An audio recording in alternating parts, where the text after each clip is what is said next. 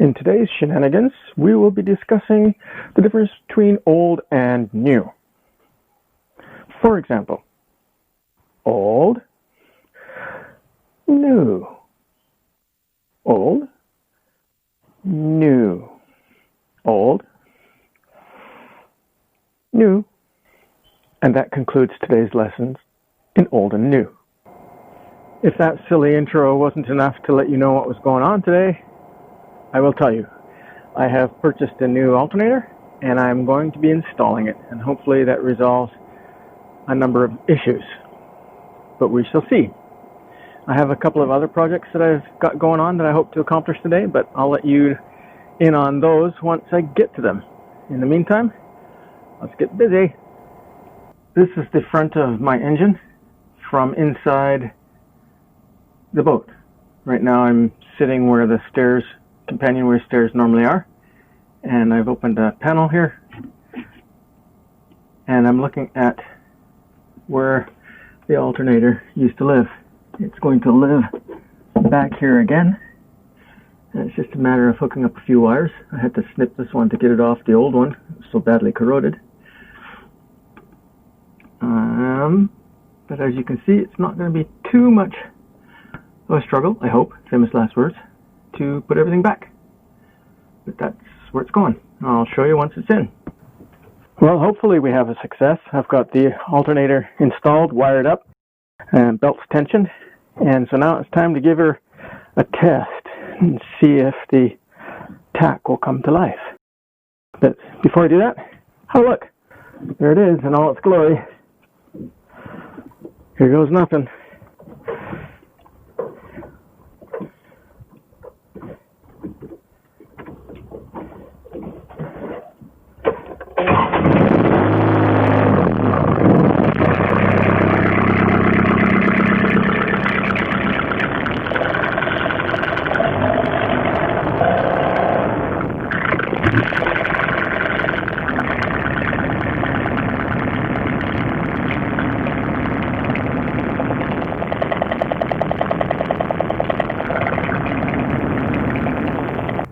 Motor is running, the tack has come back to life, the batteries are charging, and everything is working just like it should. So I'm going to let the engine heat up. I put a hose on the radiator overflow so that we don't get any more drippage and repeat the problem. And I'm going to wait until the engine warms up to see if we've still got drippage at nominal temperature. And if we do, I'm going to get a new rad cap.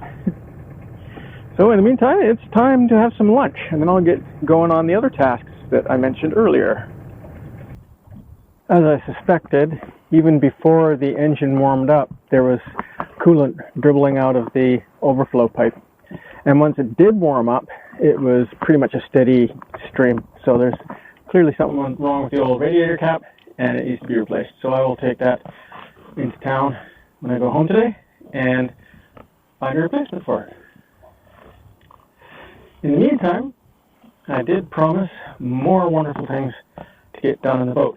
So, let's go have a look at what we're going to do next. Welcome back to the head again.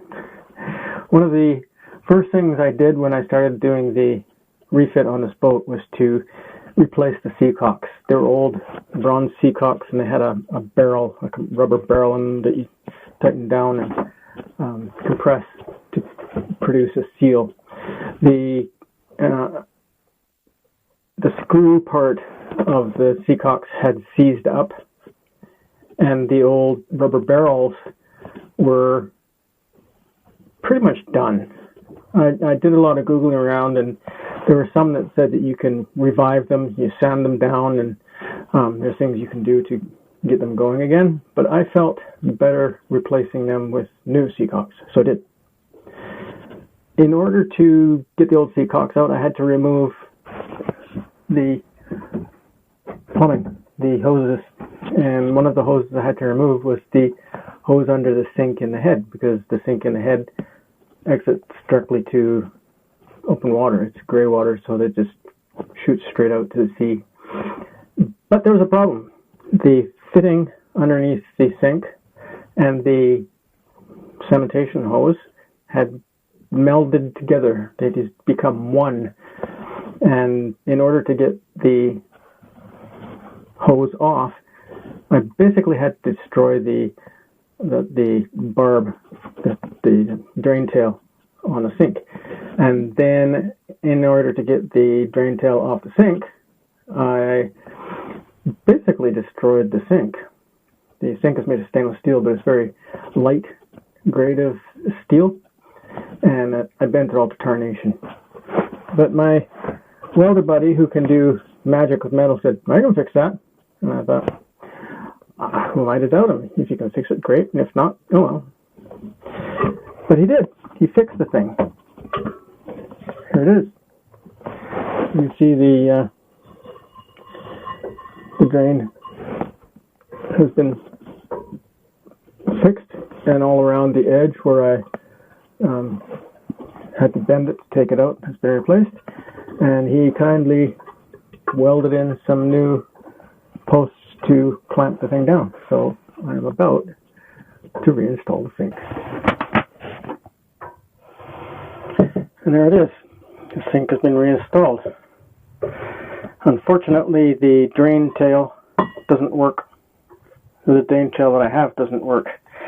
The bottom of the bowl is rounded and the drain tail that I have is flat.